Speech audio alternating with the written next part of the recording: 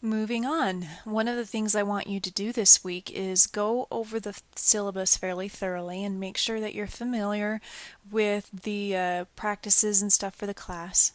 If we click on syllabus, you'll see there is a always updated version. If there are any major changes aside from, spelling or grammar, I will include a new syllabus on the website and alert everybody to it. So basic class requirements, pretty minimal, and there's no textbook. Class policies. The major one is we will honor the copyright laws. I expect you to locate and use stock images deemed free use by their owners when we are using images to create anything in Photoshop.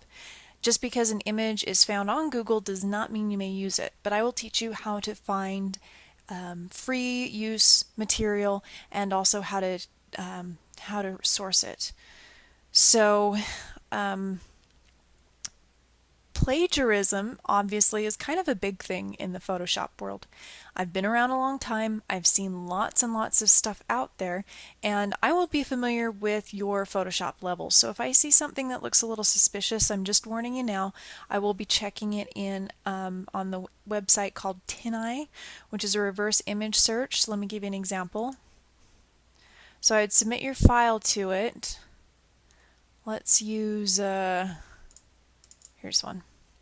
And it will search and it says, oh, that image was found 58 places on the internet. So if your image shows up like this, I will know that you copied somebody else's work.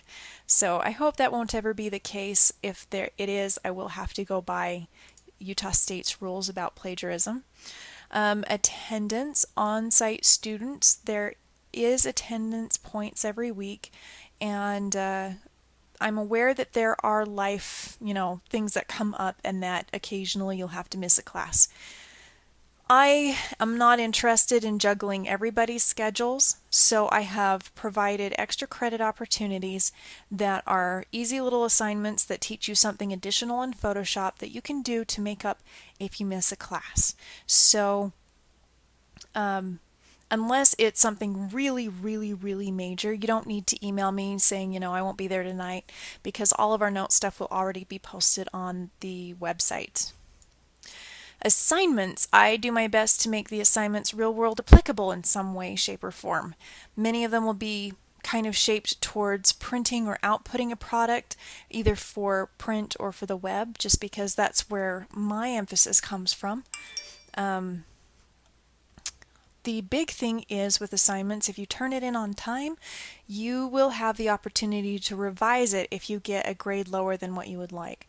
I will give you feedback on most of your assignments, and you can go back, update your assignment, and resubmit it, and I can give you a new grade.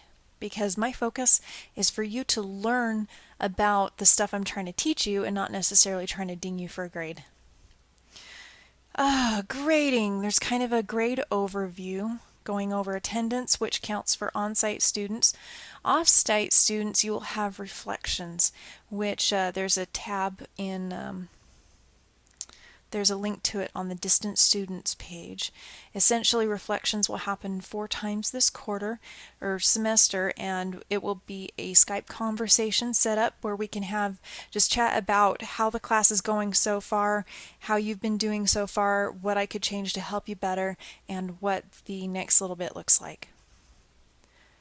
I think after that, it's mostly the usual stuff that you see all the time.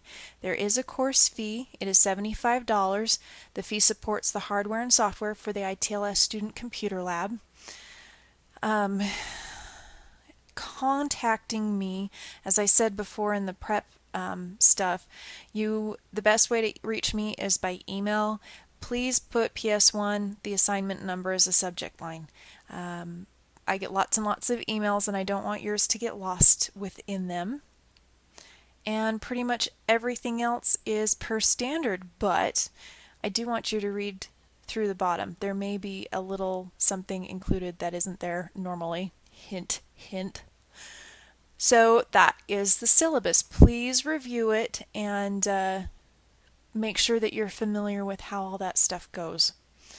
And for the most part, I believe that is it. As we complete assignments, I will actually be adding a gallery page so that you can see your work. If for any reason you do not want your work displayed on the website, that is okay, but you need to let me know because otherwise it's going to get included on there.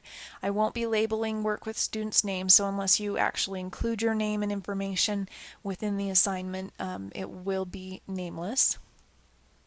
And here's some examples on the lessons of stuff that students made in last semester, which was the first semester that I taught this class here at USU.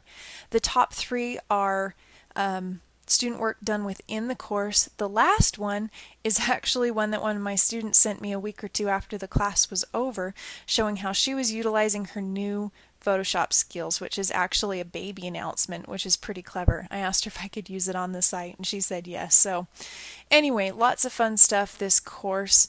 As for this week, be sure with that assignment of hello, my name is to include your 5 images of the stuff that you want to learn how to do in Photoshop, because that'll really help me figure out what to teach you and how to go about setting up kind of the last half of the classes.